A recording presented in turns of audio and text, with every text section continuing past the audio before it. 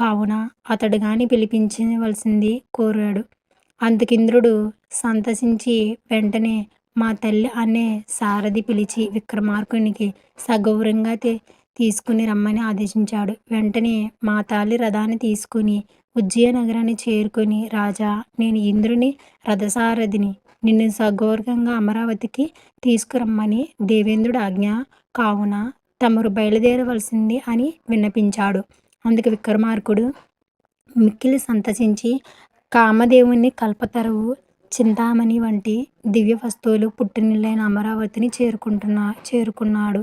విక్రమార్కుడు సవినయంగా ఆహ్వానించిన అమరేశ్వరుడు తన ప్రక్కనే ఉన్న మణిమణిరత్నాలైన సింహాసనం మీద కూర్చునబెట్టుకుని కుశల ప్రశ్నల అనంతరం అసలు సమస్యను వివరించాడు. ఓ నారదా, ఈ రంభ ఊర్వశులు ఒకరిని మించి మరొకరు గొప్ప నాట్యగత్తెలు. వారి తారతమ్యం తెలుసుకొనటం మా తరం కాలేదు.